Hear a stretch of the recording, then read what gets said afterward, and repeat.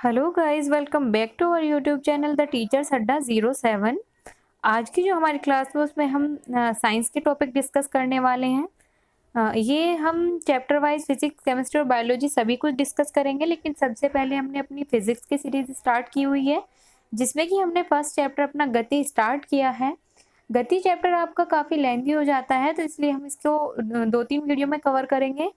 First video जो थी उसमें हमने गति और उसके प्रकार के बारे में और उसके समीकरण के बारे में डिस्कस किया था। आज की वीडियो में हम पढ़ने वाले हैं एक्सेलरेशन के बारे में, जो कि गति के चैप्टर का ही एक पार्ट है। तो स्टार्ट करते हैं। चैप्टर फर्स्ट हम स्टार्ट कर चुके हैं गति, और इसमें हम गति का पूरा टॉपिक कवर कर चुके हैं। तो प्लीज़ सब्सक्राइब कीजिए हमारा चैनल द टीचर्स अड्डा 07।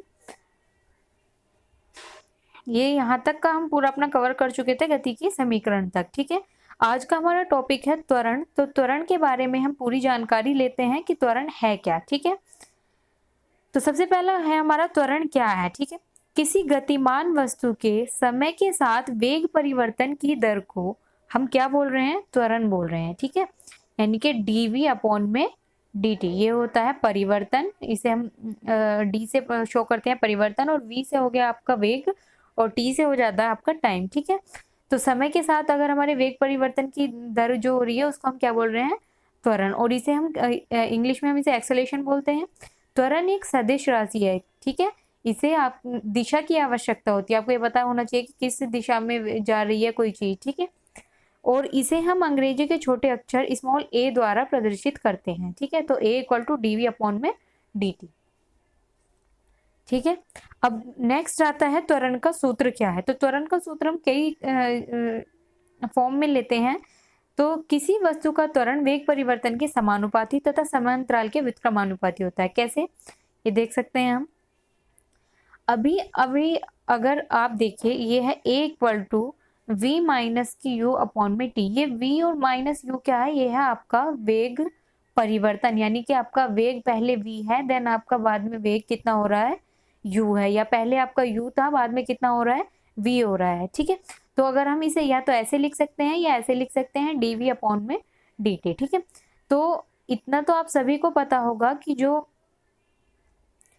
ये वाली राशि है ऊपर वाली, ये होती है समानुपाती, और जो अपॉन में राशि होती है वो होती है हमारी व्युत्क्रमानुपाती।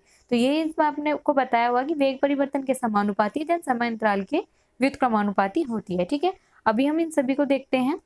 तो a equal to v minus u upon t इसका फॉर्मूला है। ये सभी क्या है? u है हमारा प्रारंभिक वेग, देन v है अंतिम वेग, और t आप सभी को पता है क्या है? समय है। ठीक है, त्वरण का मात्रक।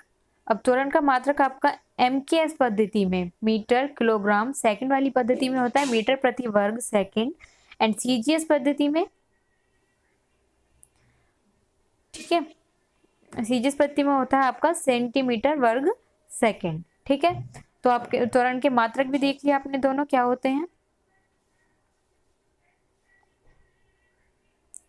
ठीक है, तो अब चलते हैं त्वरण के टाइप्स पे।